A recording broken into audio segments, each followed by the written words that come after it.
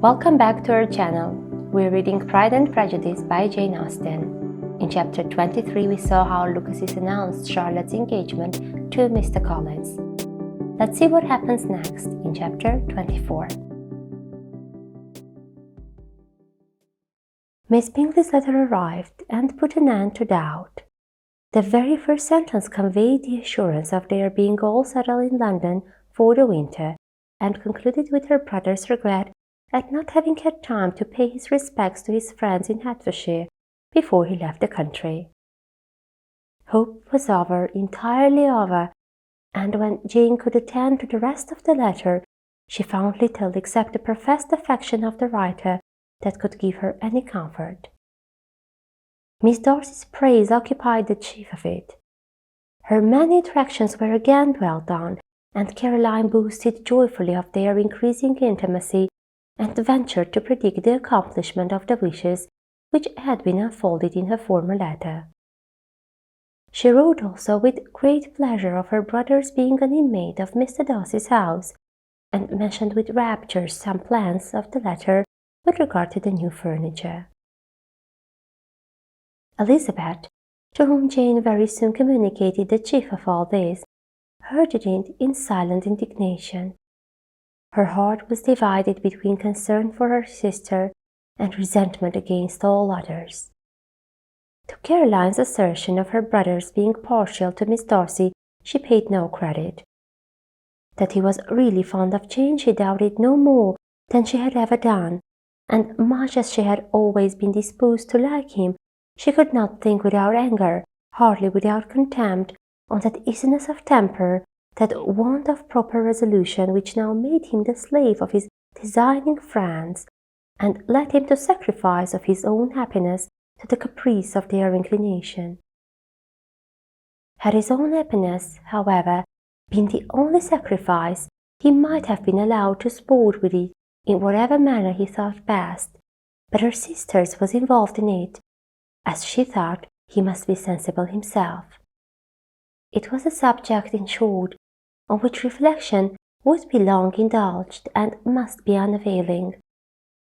She could think of nothing else, and yet whether Bingley's regard had really died away or were suppressed by his friend's interference, whether he had been aware of Jane's attachment or whether it had escaped his observation, whatever were the case, though her opinion of him must be materially affected by the difference, her sister's situation remained the same, her peace equally wounded.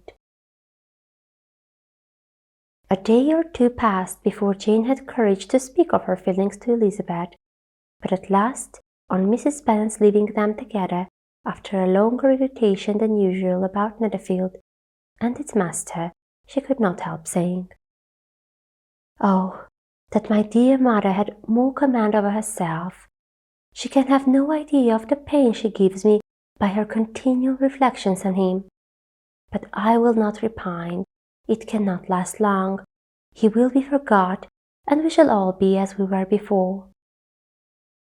Elizabeth looked at her sister with incredulous solicitude, but said nothing. "You doubt me," cried Jane, slightly colouring. "Indeed, you have no reason. He may live in my memory as the most amiable man of my acquaintance, but that is all. I have nothing either to hope or fear, and nothing to reproach him with. Thank God, I have not that pain. A little time, therefore, I shall certainly try to get the better."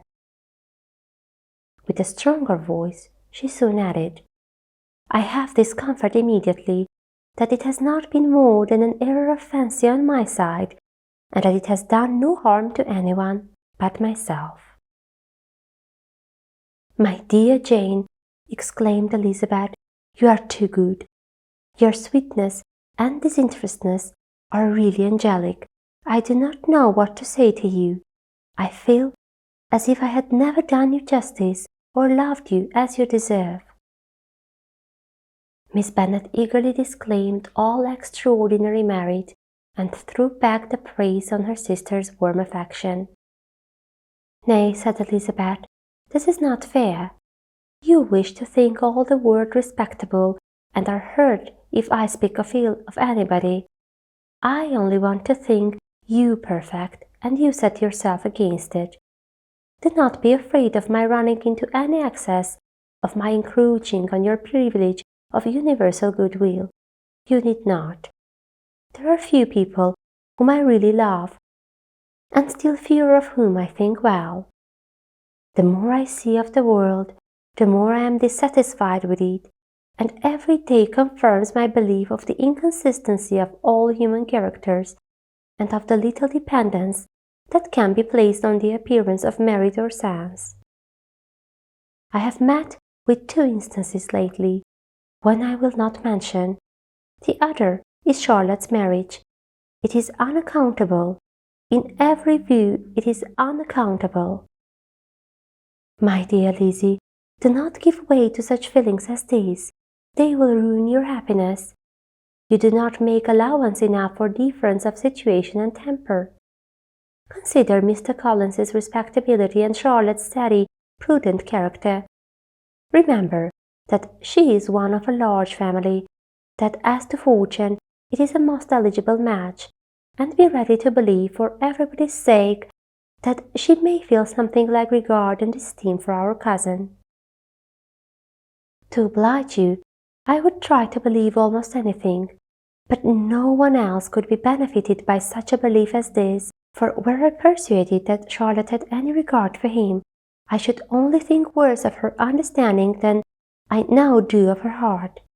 My dear Jane, Mr. Collins is a conceited, pompous, narrow-minded, silly man. You know he is as well as I do, and you must feel as well as I do that the woman who married him cannot have a proper way of thinking. You shall not defend her, though it is Charlotte Lucas. You shall not, for the sake of one individual, change the meaning of principle and integrity, nor endeavor to persuade yourself or me that selfishness is prudence, and insensibility of danger security for happiness. I must think your language too strong in speaking of both, replied Jane, and I hope you will be convinced of it by seeing them happy together. But enough of this. You alluded to something else. You mentioned 2 instances. I cannot misunderstand you, but I entreat you, dear Lizzie, not to pain me by thinking that person to blame and saying your opinion of him as sunk. We must not be so ready to fancy ourselves intentionally injured. We must not expect a lively young man to be always so guarded and circumspect. It is very often nothing but our own vanity that deceives us. Women fancy admiration means more than it does, and men take care that they should. If it is designedly done, they cannot be justified, but I have no idea of there being so much design in the world as some persons imagine. I am far from attributing any part of Mr. Bingley's conduct to design, said Elizabeth, but without scheming to do wrong, or to make others unhappy, there may be error, and there may be misery. Thoughtlessness, want of affection to others people's feelings, and want of resolution will do the business. And do you impute it to either of those? Yes, to the last. But if I go on, I shall displease you by saying what I think of persons you esteem. Stop me whilst you can. You persist then in supposing his sisters influence him? Yes, in conjunction with his friend. I cannot believe it. Why should they try to influence him? They can only wish him happiness, and if he is attached to me, no other woman can secure it. Your first position is false. They may wish him many things besides his happiness. They may wish his increase of wealth and consequence. They may wish him to marry a girl who has all the importance of money, great connections, and pride. Beyond a doubt, they do wish him to choose Miss Darcy, replied Jane, but this may be from better feelings than you are supposing. They have known her much longer than they have known me. No wonder if they love her better. But whatever may be their own wishes, it is very unlikely they should have opposed their brothers. What sister would think herself at liberty to do it, unless there were something very objectionable? If they believed him attached to me, they would not try to part us. If he were so, they could not succeed. By supposing such an affection, you make everybody acting unnaturally and wrong, and me most unhappy. Do not distress me by the idea.